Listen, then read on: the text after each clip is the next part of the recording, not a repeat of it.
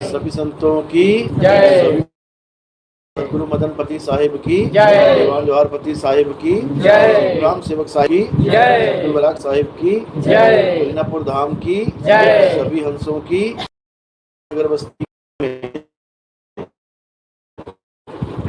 एक बार भी सुन पाते हैं, क्योंकि ज्ञान तो बहुत मिला अलग अलग पंथों में, अलग अलग धर्मों में, अलग अलग संप्रदाय में।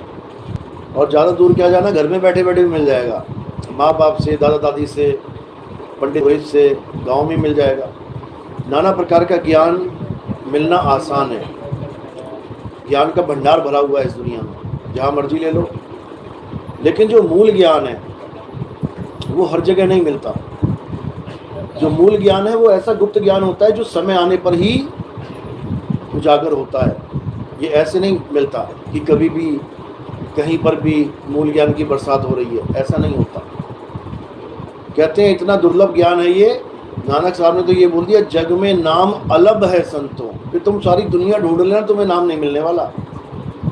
ऐसा दुर्लभ ज्ञान है। लेकिन मालिक की कृपा हो जाए तो ये बहुत सुलभ हो जाता है। जैसे आज कितना सुलभ है, आज नेट, सीधे इंटरनेट खोला और सीधे लिखा आत्मज्ञान। देखो कहीं ना कहीं हमारा सत्संग भी मिल ही जाएगा।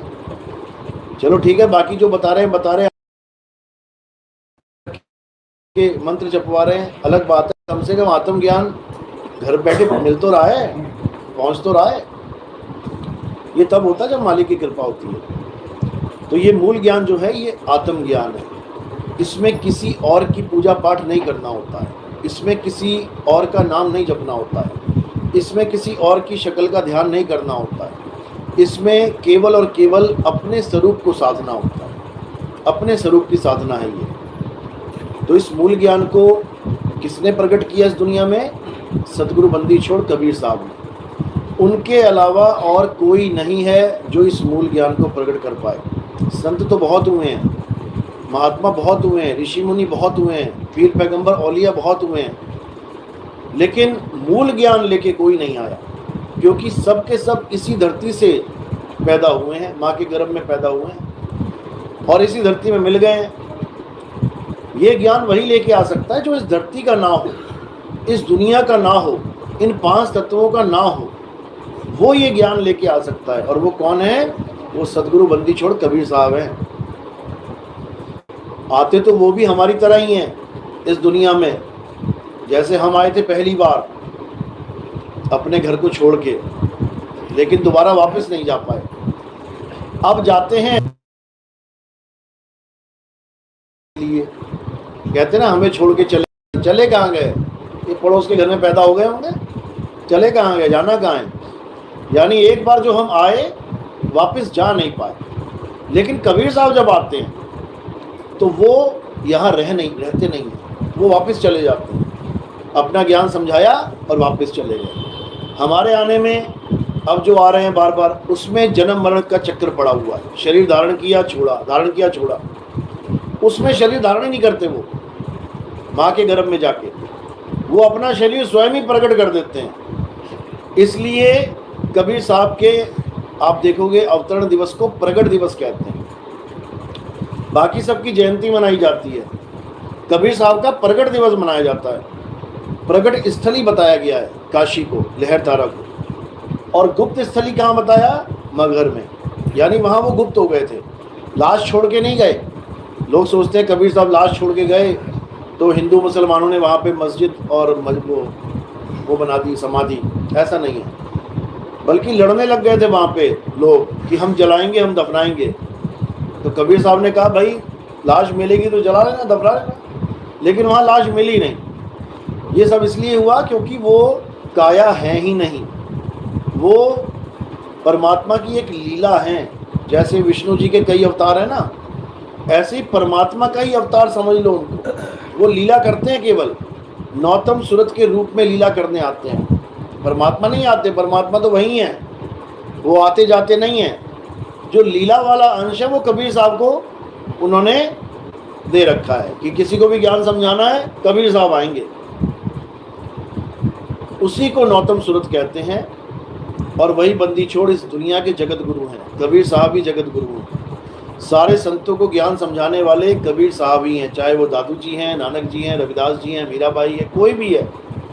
बिना कबीर साहब के किसी को ज्ञान नहीं हो सकता। तो वही कबीर साहब इस मूल ज्ञान को लेके इस भवसागर में आते हैं, हमें और तुम्हें वो मूल ज्ञान समझाते हैं, हमें और तुम्हें इस काल के जाल से छुड़ाते हैं। काल ने सबसे बड़ा जाल जो बुना हुआ है वो 52 अक्षरों का बुना हुआ है, सबसे बड़ा जाल। आज अगर इंसान सबसे ज़्यादा फंसा हुआ है, जिसको हम कहते हैं कि भगवान की पूजा भी कर रहा है और पक्का मरेगा भी, वो ये 52 अक्षरी जाल है। देखने में लगता है कि दिन रात नाम जप रहा है, ये तो पक्का पार हो जाएगा, ये पक्का मरेगा। जो ज्यादा नाम जप रहा है वो पक्का मरेगा। जो नाम छोड़ के आत्म स्वरूप को जानने की कोशिश कर रहा है वो पक्का तरेगा। जो नाम जप रहा है उसको जपी कहते हैं। जपी तपी सन्यासी ये जन्मों जन्म भटकते हैं, इनको पड़ेगी काल की फांसी। और जो आत्मज्ञानी होते हैं वो यहाँ सदा सदा के लिए यहाँ से मुक्त हो जाते हैं, उनको वापस नहीं आना पड़ता। इसलिए कबीर साहब ने जप तप का मना किया, खंडन किया। ना मैं जप में, ना मैं तप में, ना एकांत निवास में, मोको कहाँ ढूंढे रे बंदे, मैं तो तेरे पास में। जप तप का तो खंडन कर दिया, लेकिन फिर ज्ञान किसका बताया? आत्मज्ञान। कहते हैं आत्मज्ञान बिना नर भटके, कभी काबा कभी काशी, जल में मीन प्यासी, मुँह देखते आवे हासी। यानी हमने कौन सा ज्ञान प्राप्त करना है? आत्मज्ञान। आत्मज्ञान का मतलब ये नहीं कि दिन रात जपते रहो मैं आत्मा हूँ, मैं आत्मा हूँ। ऐसे पंथ भी चल रहे हैं, आपको यकीन नहीं होगा, ऐसे पंथ चल रहे हैं जो आपको दिन रात यही जपवाएंगे। बस तुम ये बोलते रहो मन में, मैं आत्मा हूँ, मैं आत्मा हूँ, मैं आत्मा हूँ। अब हमारा सत्संग अगर वो सुनेगा और मैं कहूँगा कि तू आत्मा है, तो वो क्या कहेगा? हाँ, हमारे गुरुजी भी कहते हैं मैं आत्मा हूँ, इसीलिए मैं जप रहा हूँ, मैं आत्मा। अब जपना नहीं है, मरवा दिया तेरे गुरु ने तुझे जपवा के, मैं आत्मा हूँ, मैं आत्मा हूँ करके। आत्म तत्व का ध्यान धरना है, मैं आत्मा हूँ, मैं आत्मा हूँ, जपना नहीं है। इतने शातिर हैं ये काल के दूत कि क्या बताएं। बुद्धि ऐसी भ्रष्ट कर दी लोगों की कि कोई सोच भी नहीं सकता। इसी को आत्मज्ञान को निज नाम कहते हैं। अब निज नाम के नाम पे भी ड्रामा चलता है। निज नाम कैसे देते हैं कई गुरु वालों? जब तुम नाम दे लेने जाओगे, गुरुजी मुझे मेरा निज नाम दे दो, तुम ही से तुम्हारा नाम पूछ लेंगे, क्या नाम है तेरा? सुरेंद्र। तू सुरेंद्र सुरेंद्र जप। तेरा नाम क्या नाम? महेंद्र। तू महेंद्र महेंद्र जप। हो गया तेरा निज नाम। अब जहां पर मैं कहूंगा भाई तुम्हें निज नाम चाहिए, तुम्हें तुम्हारा नाम चाहिए, अब बंदा क्या सोचेगा? हाँ, मेरे गुरु ने तो मेरा ही नाम दे रखा है, तेरा नाम नहीं दे रखा, तेरा बेड़ा गर्क कर रखा है। क्यों? क्योंकि अपना नाम भी 52 अक्षरों में ही आता है। ये 52 का जाल टूटने का नाम नहीं ले रहा, कान इधर से छुड़वा के इधर पकड़ाए जा रहे हैं। लेकिन कबीर साहब क्या कह रहे हैं? जब 52 का टूटे डोरा, 52 का डोरी तोड़ दो, ना किसी और का नाम जपना है, ना अपना नाम जपना है। जब 52 का टूटे डोरा, सहजे छूटे काल झकोरा, फिर नहीं आए फिर नहीं जाए, और सार शब्द में रहे समाये। फिर तुम्हें तुम्हारा असली ठिकाना मिलेगा, तुम्हें तुम्हारा असली घर मिलेगा। और वो घर क्या है? सार शब्द ही तुम्हारा असली घर है। सार शब्द ही तुम्हारे लिए सतलोक है। सार शब्द ही तुम्हारे लिए अलख लोक, अगम लोक, अनामी लोक है। ये अलग से लोक नहीं देखने हैं कि अलग से लोकों की खोज कर रहे हो तुम। कई चेले क्या कहते हैं दूसरे गुरुओं के? हम पहले सतलोक जाएंगे, वहां कुछ दिन रहेंगे, भक्ति करेंगे, फिर हम सोचेंगे कि आगे बढ़ना है तो और भक्ति करके सतलोक छोड़ के अलग लोक में चले जाएंगे, फिर अलग लोक से आगे अगम लोक में चले जाएंगे, अगम से आगे अनाम। ये चलते ही चले जाएंगे भैया, इनका जीवन कभी खत्म नहीं होगा। ये चलते ही चले जाएंगे, इनका जीवन ही चलने में निकल जाएगा, क्योंकि ये अचल नहीं जान पा रहे। अगर तुम चलने वाली भक्ति में पड़ गए तो तुम कभी अचल को नहीं जान पाओगे। समझ लो, चलने वाली भक्ति क्या है? अगर तुम यात्रा में एक भी स्टॉप आ गया तो समझ लो कि तुम चल वाली भक्ति कर रहे हो। और अगर तुम्हारी यात्रा में कोई स्टॉप नहीं आया और जहां पर तुम पहुंच रहे हो वो अचल है, तो फिर तुम पार हो गए। इसी को बुलाए कि सतगुरु के लक्षण कहूं, अचल विहंगम चाल। विहंगम चाल यानी जैसे तीर छूटा और सीधे दीवार पे लगा जाके निशाने पे, अब बीच में रुकेगा नहीं ये। अगर एक जगह भी रुक गया तो ये 10 जगह भी रुक सकता है, क्योंकि माया ने एक अड्डा बना दिया तो माया 10 अड्डे भी बना सकती है, और बना रखे हैं उसने ये माया का खेल सारा रचा हुआ है। गणेश जी का लोक, महेश जी, ब्रह्मा जी का लोक, विष्णु जी का लोक, माया का लोक, निरंजन का लोक, आगे सतलोक, अलग लोक, अगम लोक, भूलोक, भवलोक, दुनिया भर के लोक बना रखे हैं। क्या जरूरत है इतनी? क्या जरूरत क्या है इतने लोगों की? बताओ। केवल जीव को फंसाने के लिए, जीवों को उलझाने के लिए। इसीलिए कबीर साहब ने एक ही लाइन में सारा लोकों का खेल ही खत्म कर दिया। क्या कहते हैं? लोक अलोक शब्द है भाई, और जिन जाना तिन संशय जाई। उसका संशय ही खत्म हो गया, मैं कौन से लोक में जाऊंगा। अब कहां जाएगा वो? अब शब्द में जाएगा। सुरत समाए शब्द में, और वाको काल ना खाए, ये जाप मरे अजपा मरे, अनहद भी मर जाए। लेकिन ये बात किसी के समझ में आती नहीं है। सब स्टॉपेज वाली भक्ति में लगे हुए हैं। हमारे गुरुजी 5 नाम देते हैं, 5 स्थान बताते हैं, 5 रूहानी मंडल बताते हैं। बर्बाद कर दिया गुरुजी ने तुम्हें। जो विहंगम चाल पकड़ानी थी उसकी जगह पता नहीं कौन सी चाल पकड़ा दी। तो कबीर साहब कहते हैं जो माया के जितने भी लोग हैं, ये कर नैनो दीदार महल में प्यारा है। जब आप सत्संग सुनोगे या वाणी पढ़ोगे, नीचे से लेके मूल चक्र से लेके आखिरी अनामी लोक तक की व्याख्या कबीर गाइड यानी एक ट्रेवल गाइड,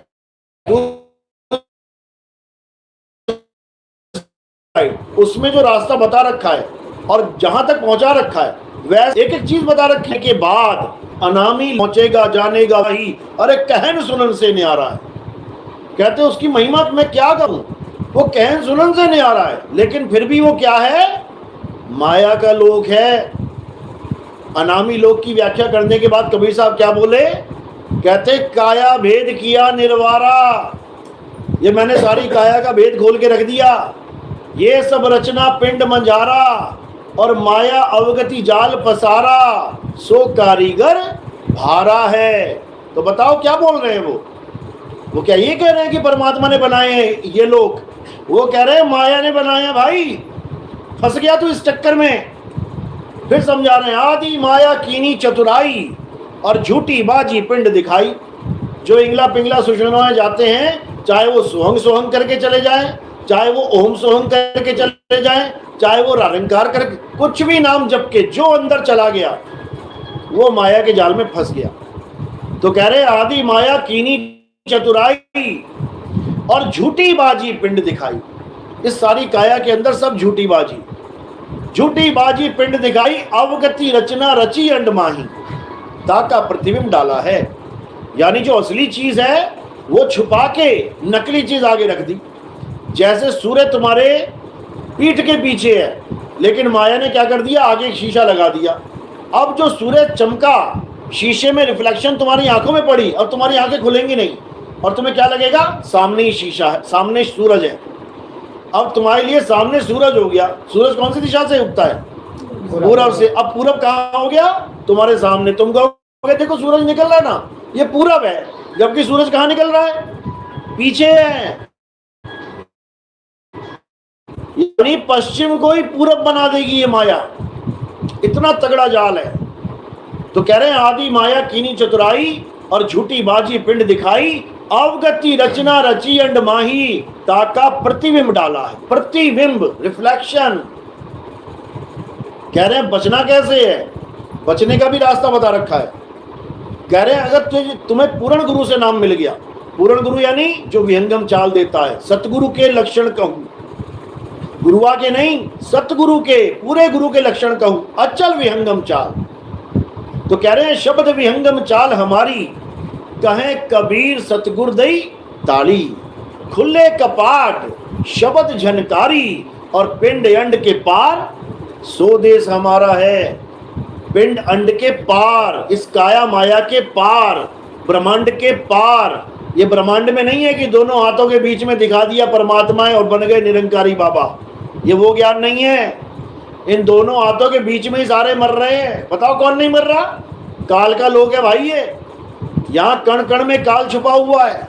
कहीं भी छुप जाओ तुम्हारी मौत पक्की है, निश्चित है यहां पे। तो कहां जाना है?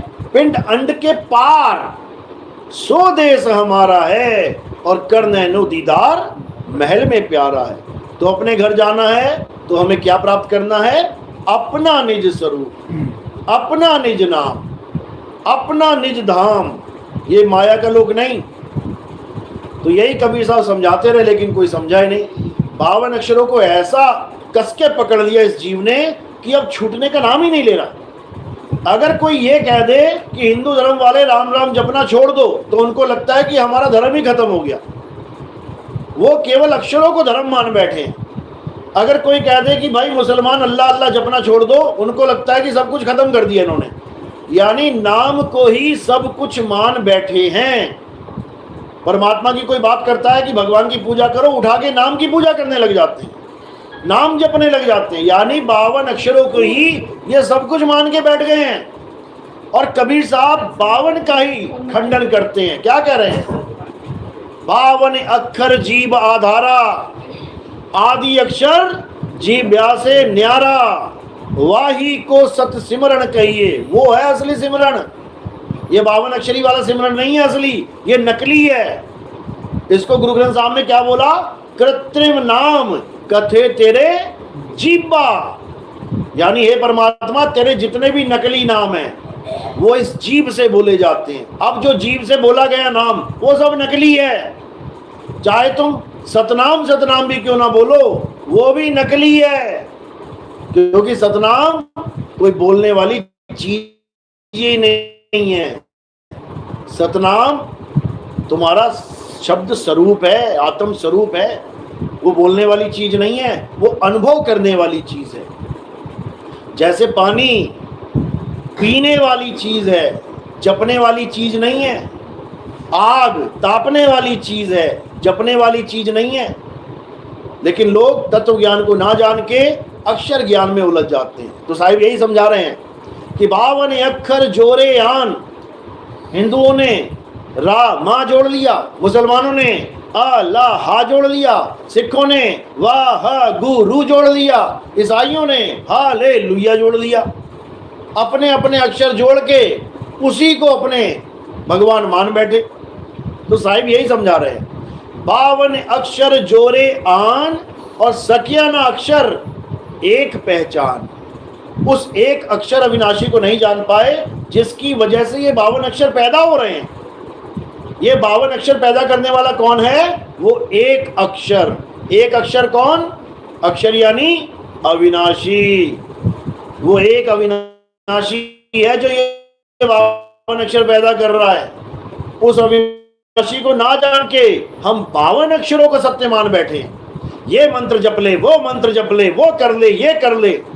और कबीर साहब कह रहे हैं तंत्र मंत्र सब झूठ है, इनमें ना भर में कोई, और सार शब्द जाने बिना काका हंस ना होए। कबीर साहब मना कर रहे हैं कि छोड़ दे ये सारे नाम, लेकिन ये जीव बेचारा नाम छोड़ेगा तो क्या, और पकड़ के बैठा हुआ है, और ज्यादा नाम जपने में लग गया। पहले 2-4 माला करता था, कोई गुरु जीवन में आ गया जपी, वो उससे 20-20 माला करवा रहा है, और ज्यादा जंजाल में फंसा दिया। तो यही कबीर साहब बार बार समझा रहे हैं कि 52 के जंजाल में अरे फंस गया ये संसार, और सिमरन 52 का करे कैसे लागे पार। यानी जिसको छोड़ना था उसको पकड़ लिया, और जिसे पकड़ना था वो मिल नहीं रहा, तो करेगा क्या बेचारा जीव। ज्ञान बाहर जो परही, तो पिछली पीढ़ी हंस न तरही। कहते जो मूल ज्ञान है ये आप किसी को मत बताना, बिल्कुल छुपा के रखना है। गुरु में तुम देव बताई, और कपटी से तुम राग छुपाई। जो तुम्हें लगे कि हाँ बहुत ज्यादा जसु जीव है, बहुत भक्ति करना चाहता है, उसको तो बता दो, लेकिन आम जनता को मत बताना। क्यों? कारण क्या है? क्योंकि आम जनता को अगर ये ज्ञान उजागर हो गया, तो जब हमारा असली पंथ चलेगा और वो बताएंगे असली सत्य को, तो जनता को क्या लगेगा? अरे ये तो हमारे गुरु जी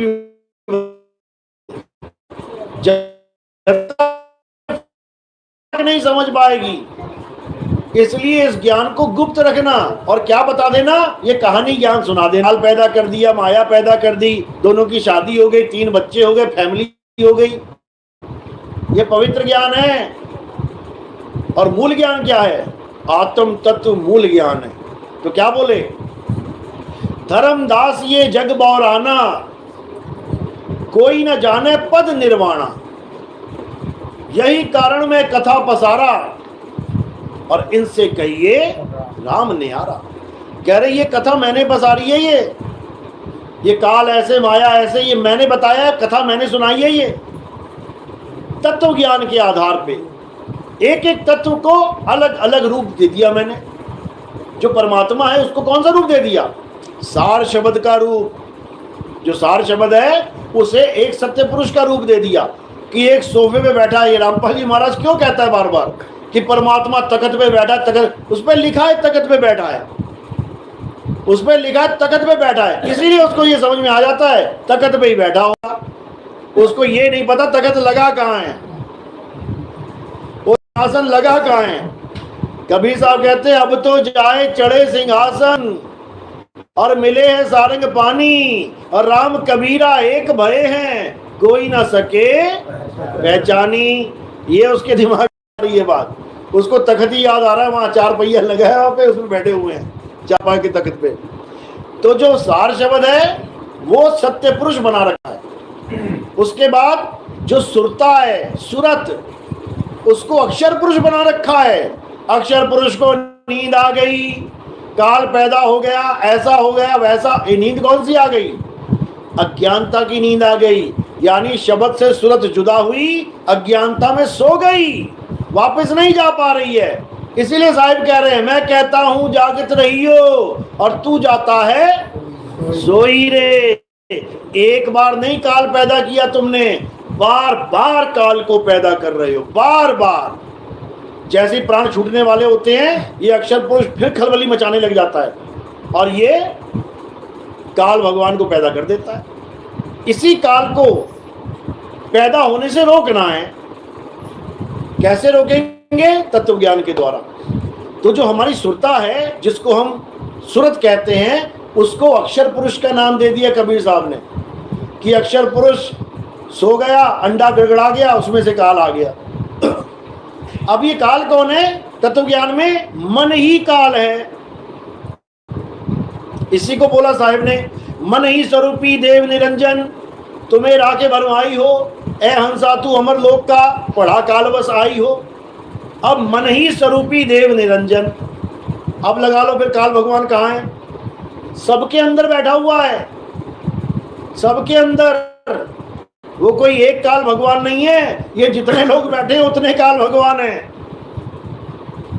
समझो इस बात को, जितनी सूरत है उतने ही काल भगवान पैदा होके बैठे हुए हैं। अब ये तो हो गया काल भगवान मन। अब माया क्या है? अष्टांगी। ये क्या है? 5 तत्व 3 गुण, इसको अष्टांगी बना दिया साहिब ने। आगे 3 बच्चे और पैदा हो गए, उसको रजोगुण सत्वगुण तमोगुण बनाया। तो जाके कहानी, एक कथा तैयार हो गई। उसी कथा का प्रचार अनुराग सागर कबीर सागर में है। उसी कथा को पढ़ पढ़ के ये सब ज्ञानी बने हुए हैं, ये सब ठेकेदार बने हुए हैं। मैं काल से बचा लूंगा। मैं ये देखा तक नहीं इन लोगों ने कभी काल को, कभी काल को इन्होंने जाना ही नहीं, और ये ठेकेदार बन गए कि हम बचा लेंगे तुम्हें काल से। अरे काल से बचाना नहीं है, काल को मारना है। काल को मारना है, अपने अपने काल को मारना है।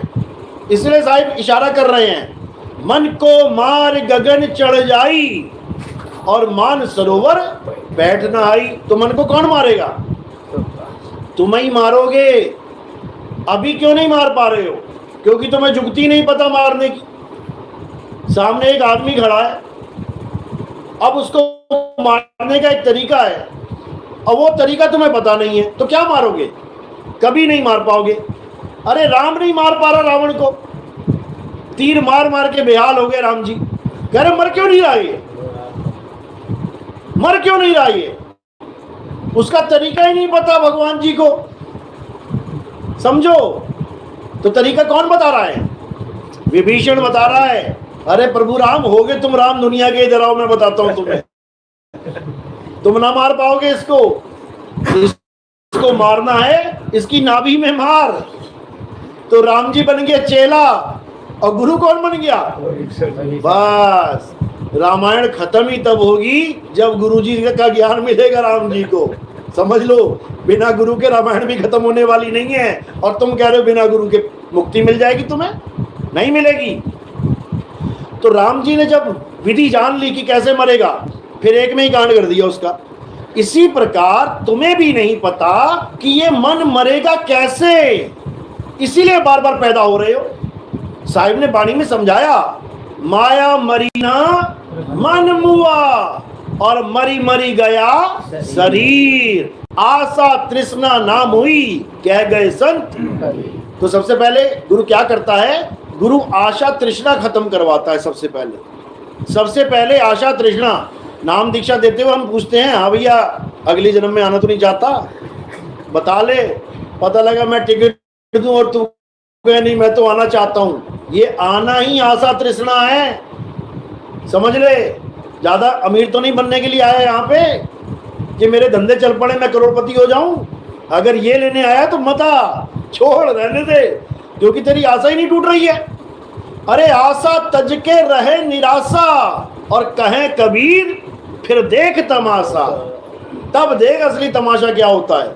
यानी जो परमात्मा ने दे दिया उसके रंग में राजी हो जाओ, फिर देखो क्या आनंद आता है जीवन का। नहीं तो करोड़पति भी भिखारी है। भगवान जी डबल हो जाए बिजनेस।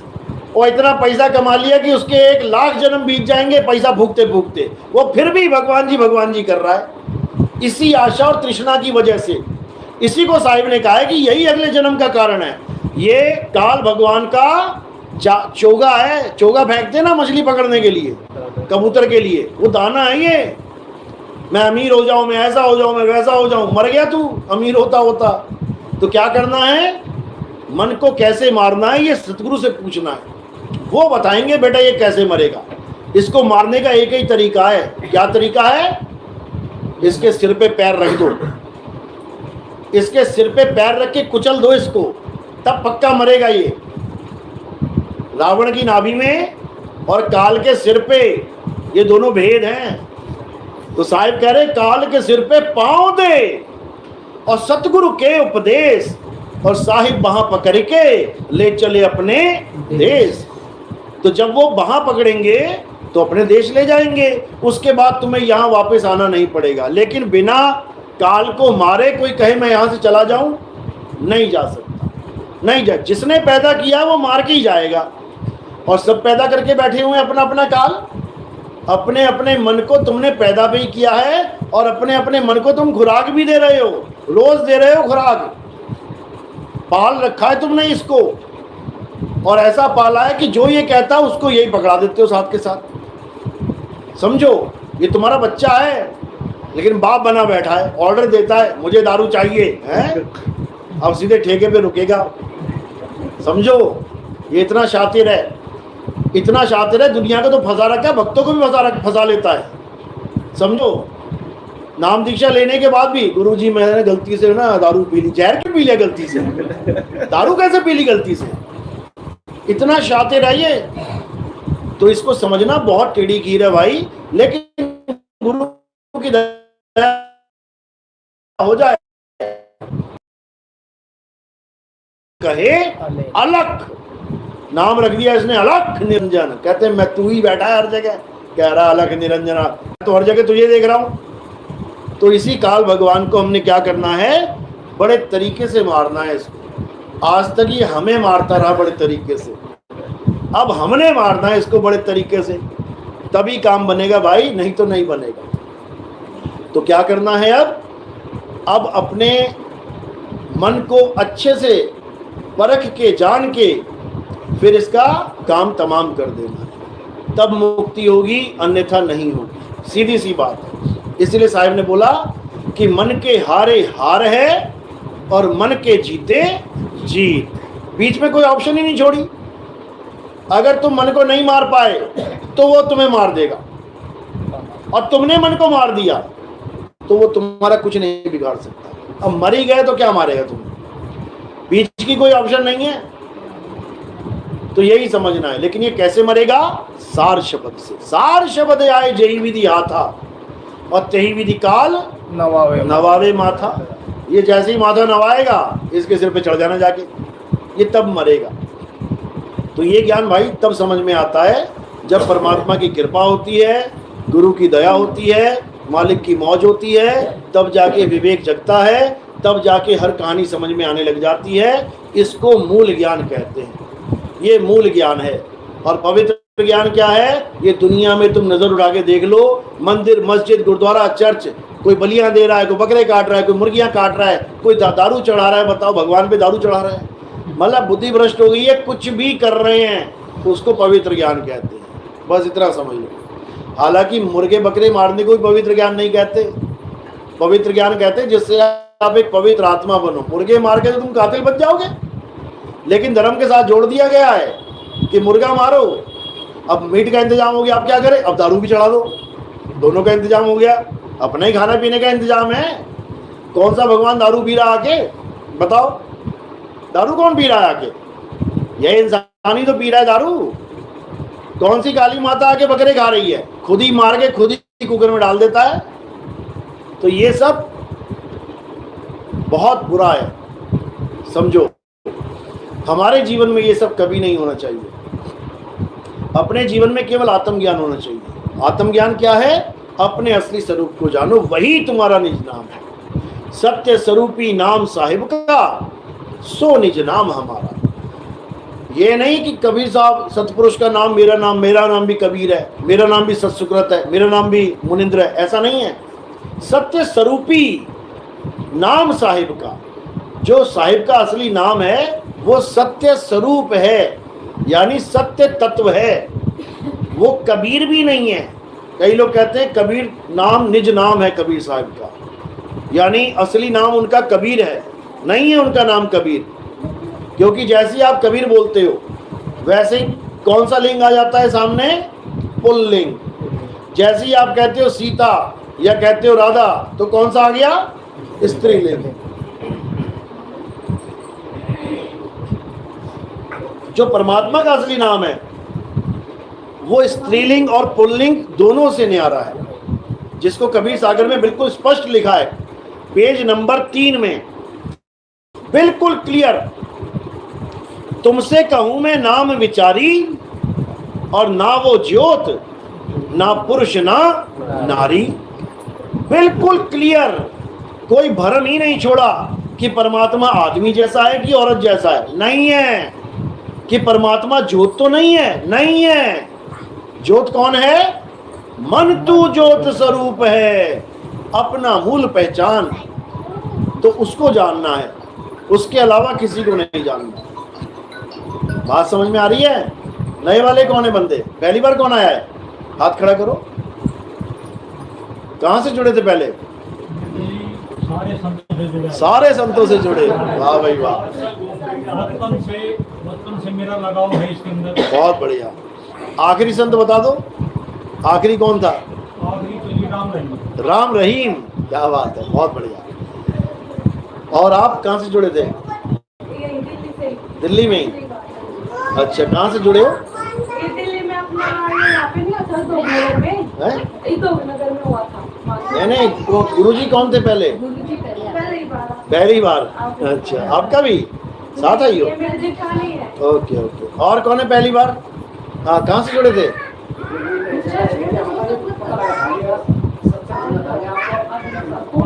अच्छा अच्छा अच्छा, फोन में। हाँ हाँ हाँ,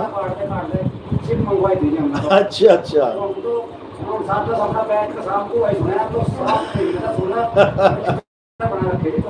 अरे क्या बात है, ऋषि हैं जब बैठ के पूरा विचार कर रहे हैं तो और क्या है। और कौन है नया? कहाँ से जुड़े थे पहले? साथी में आए हो। और कोई? समझ में आ रही है ना मेरी बात? चलो। आजकल तो भाग्येश्वर बाबा भी आत्मा ही करते हैं। भाग्येश्वर सारे ईश्वर आत्मा पे आ जाएंगे, चिंता मत करो। वो भी कर रहा है, लग गया वो भी। अपना कबीर साहब ने बोला है कि कबीर आत्म ज्ञान का पड़ा नगर में शोर। ये कबीर साहब ने 600 साल पहले बोली बात। ये वाणी बोली तो 600 साल पहले थी, लेकिन ये 600 साल पहले की वाणी नहीं है, ये वाणी आज के लिए बोली गई है। जैसे कई संतों ने वाणियां बोली, कौन से समय के लिए? आज के समय के लिए, यानी 600 साल पहले, 1000 साल पहले, 2000 साल पहले। तो वो वाणियां क्या कहलाती हैं? जो भविष्य के बारे में बोले उसे क्या बोलते हैं? भविष्यवाणी। तो कबीर साहब के ग्रंथ में ये एक भविष्यवाणी है। कौन सी? कबीर आत्म ज्ञान का बड़ा नगर में शोर, और पूछो कैसी आत्मा तो देते दांत निपोर। ये भविष्यवाणी है, क्योंकि अभी तक ऐसा कोई समय आया ही नहीं कि पूरे शहर में आत्मा आत्मा हो रहा हो। पूरे शहर में आत्मा आत्मा आत्मा कोई कर ही नहीं रहा आज तक। ये अब वो समय आया है जब पत्थर पूजने वाले भी, जब मंत्र जपने वाले भी, जब नदियों में छलांगे मारने वाले भी, जो पहाड़ों की परिक्रमा करने वाले भी, ये सारे बकरे काटने वाले, मुर्गा काटने वाले, ये सब आत्मा आत्मा करते नजर आएंगे आपको।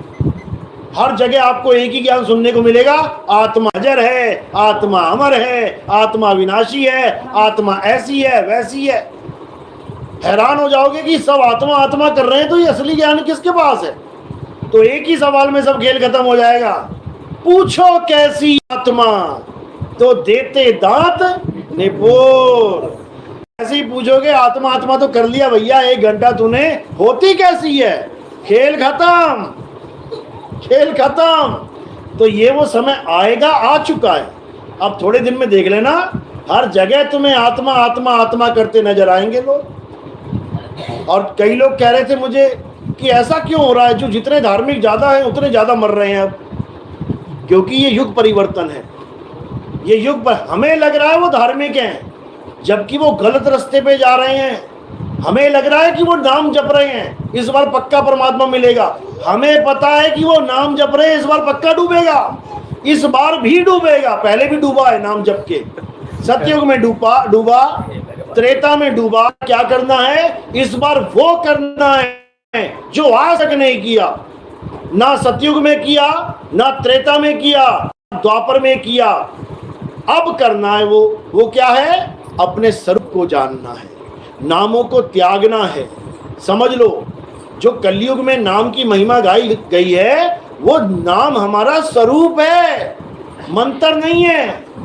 कलयुग में एक नाम आधारा, सुमर सुमर नर उतरो पारा। तो त्रेता में कौन आधार था? द्वापर में कौन आधार था? सतयुग में कौन सा नाम आधार था जो केवल कलयुग में बता रहे हो नाम आधारा? अरे सतयुग त्रेता द्वापर में तो राक्षसों ने नाम जप के भगवान प्रकट कर लिए, तुम ना कर पाए आज तक। कलयुग में तुम बड़े महात्मा बने हुए, तुम ना कर पाए।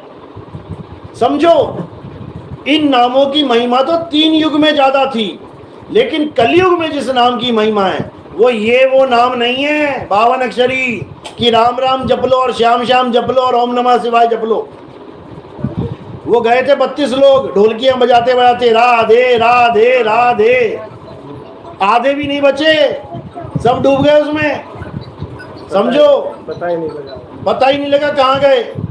12 लोग बचे उस वक्त केवल, बाकी कह रहे हैं घूमने गए हैं पानी के नीचे, लापता है। बता, लापता वो होते हैं जो गली में घूम जाते हैं, उसको कहते हैं लापता। गुमशुदा केंद्र कोतवाली दरियागंज, वहां बचपन में आता था, लापता लोगों की लिस्ट बनती थी। पानी के अंदर भी कोई लापता होता है? बताओ, 12 लोग बचे हैं तो बाकी कहाँ गए? लापता हैं। ऐसा नहीं होता। तो कहने का मतलब क्या है? अब वो नाम नहीं जपने हैं जो सतयुग त्रेता द्वापर में जपते रहना है। सुमिर का मतलब होता है याद। सुमिर नर उतरो पारा, यानी उसको याद करना है। किसको याद करेंगे? अपने स्वरूप को याद करेंगे। जिस स्वरूप को हम भूल चुके हैं उसे याद करेंगे। और वो स्वरूप क्या है? सत्य स्वरूपी नाम साहिब का, सो निज नाम हमारा। ये है वो असली नाम जो कलयुग में सबका बनाएगा काम। समझ लो। बोलिए परमपिता परमात्मा की जय हो। साहिब बन की सत्ता। आगे के सत्संग आप YouTube चैनल पे सुन सकते हैं, कहत कबीर सुनो भाई साधो। और जो कोई सवाल हो कोई पूछ सकते हैं। किसी का कोई सवाल तो नहीं है?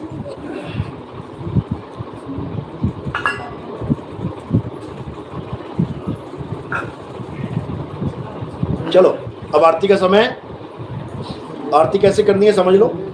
हमारे यहाँ किसी पत्थर की मूर्ति की, फोटो कैलेंडर की, फ्लैक्स बोर्ड की आरती नहीं होती। हमारे यहाँ किसकी आरती होती है? हमारे यहाँ जीवित आत्मा की आरती होती है। जीवित आत्मा, जिसको जिंदा राम कहते हैं, क्योंकि आत्मा मुर्दा होती नहीं है, वो सदा सदा जीवित है। उसी आत्मा की हमारे यहाँ आरती होती है। कैसे होती है? थोड़े से फूल उठाने हैं आपने, 2 पत्ते, 2 किलो नहीं उठाने हैं, 2 पत्ते मेरे सिर के ऊपर रख देने। सिर के ऊपर क्यों रखे? क्योंकि पैर के अंगूठे से लेके सिर की चोटी तक ये क्या दिखाई दे रहा है? नाशवान शरीर। और हमारे यहाँ जो आरती होती है वो किसकी होती है? अविनाशी आत्मा की, अविनाशी आत्मा की। तो जब हम काया से परे इन फूलों को चढ़ा देते हैं तो ये कहाँ समर्पित हो जाते हैं? ये आत्मदेव के चरणों में समर्पित हो जाते हैं। तो फूल आपने सिर पे रखने हैं, और कोई प्रचार प्रसार में योगदान करना चाहेगा तो सेवा आपने पैरों में रखनी है। संतों के चरणों में माया का स्थान है। बोलिए परमपिता परमात्मा की जय हो। साहिब बलिए जय।